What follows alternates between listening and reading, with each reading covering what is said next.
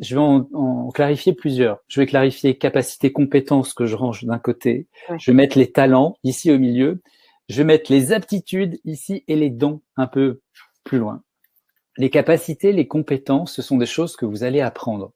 On n'a pas forcément du plaisir à apprendre ces trucs-là. Par exemple, moi, la comptabilité, j'ai dû l'apprendre et j'ai pas du tout du plaisir en le faisant. Quand vous devez remplir vos trucs administratifs et tout ça, je sais pas, je connais des gens qui ont du plaisir à ça, mais moi pas. Et donc, c'est des capacités, des compétences lorsque c'est appris et que ça génère pas forcément une extase profonde. Les talents, c'est différent. On nous dit, pour trouver sa mission de vie, savoir quoi faire et vivre sa vocation, c'est de connecter ses talents. Les talents, en fait, retenez bien, ce qui différencie un talent d'une capacité, c'est 4 points.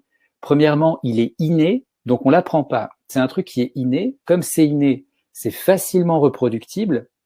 On a du plaisir en le faisant. Et enfin, on est reconnu pour ça. Donc c'est inné, c'est facilement reproductible, on a du plaisir en le faisant et on est reconnu pour ça. Donc c'est quelque chose qui est davantage naturel. Et il y a des gens, ils ont des talents pour la décoration, des talents d'orateur, des talents de machin. C'est délicat parce qu'un talent, on a du mal à le ranger dans la case d'un métier. Donc on a les capacités qu'on apprend, on a les talents qui sont en fait, on pourrait dire une forme de vibration de notre âme. C'est notre couleur. Hein. Les astrologues peuvent voir un petit peu notre structure dans une carte du ciel et voir un peu notre mission de vie. Après, on a les, je dirais,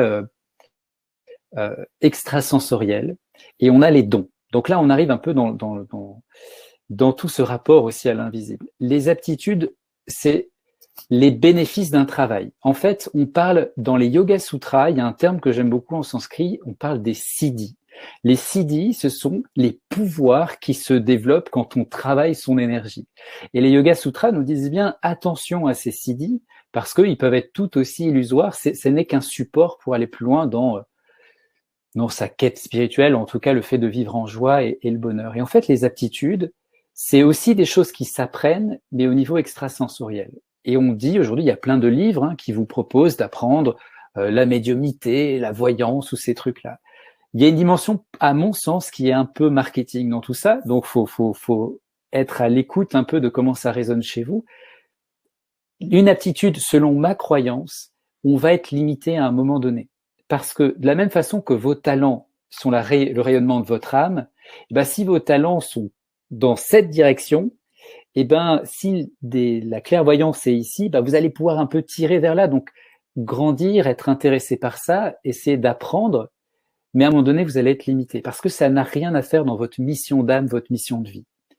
Un don, comme le terme veut le dire, c'est quelque chose qui est donné ou alors des fois qui peut être lourd à porter pour certaines personnes. Peut-être qu'il y a des gens, et vous pouvez nous le partager dans les commentaires, vous avez déjà vécu des choses un peu étranges, je vais utiliser ce terme-là, mais entre nous, on peut dire en contact avec l'invisible, et vous avez été surpris de ça. Et peut-être ça se reproduit, peut-être c'est même lourd à porter pour vous.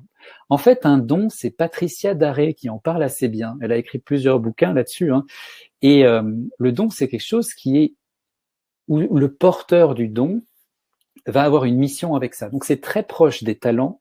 On pourrait dire que c'est un talent spirituel. On pourrait dire que c'est un talent lié à sa mission dans son rapport à l'invisible. Et il y a plusieurs types de dons. Il y a des gens qui vont avoir un don de magnétisme. Ils ont quelque chose dans les mains.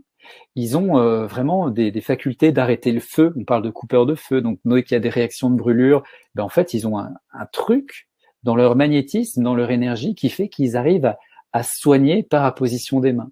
Il y a des gens qui vont avoir des dons de clairsentence. On dit aussi des fois clairsentience. C'est au niveau kinesthésique, ils vont ressentir les énergies dans leur corps. Ils vont se sentir quand ils arrivent dans un lieu qui est pas top, une personne qui est machin et tout ça. Ils perçoivent dans leur ressenti. On parle de clairaudience. La clairaudience, c'est la capacité d'entendre les messages de l'invisible, d'entendre des défunts, de canaliser. Alors, je préciserai au cours de notre entretien, parce qu'il y a plein de termes en fait, tout ça, c'est des trucs un peu différents. Mais donc, la clairaudience, c'est la capacité d'entendre les messages de l'invisible. Clairaudience, de voir. Et puis, on peut aller loin parce qu'il y a des dons il y a des gens, ils ont des dons de décorporation. Alors, c'est un mot qui fait un peu peur.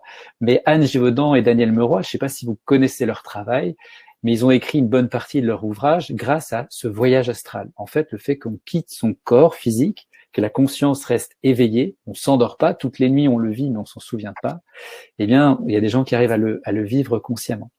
Et les dons, en fait, vraiment viennent servir votre mission de vie. Et c'est important de les accepter et de faire la place pour qu'ils puissent prendre corps. Et c'est souvent ça le défi, c'est que les gens ressentent des perceptions, ressentent des facultés, ressentent qu'ils ont probablement une graine qui est là en eux. Et ils ont beaucoup de mal à savoir comment donner corps à ça, quoi en faire, comment ouvrir ça en étant en sécurité. Parce que ce mot, il est important dans ce rapport à l'invisible. Les chamans en parlent très très bien. On peut vite se perdre, on peut vite même péter un câble, on peut vite. Il y a des gens qui décompensent suite à des qui se retrouvent en psychiatrie parce qu'ils ont fait des trucs un peu à l'extrême. Et c'est important d'explorer tout ça selon une structure qui est bien organisée. Et le chamanisme est magnifique quand il est bien transmis pour avoir ses bases solides et aller rencontrer toutes ces graines qu'on a en nous. Ça serait dommage de passer à côté, en tout cas.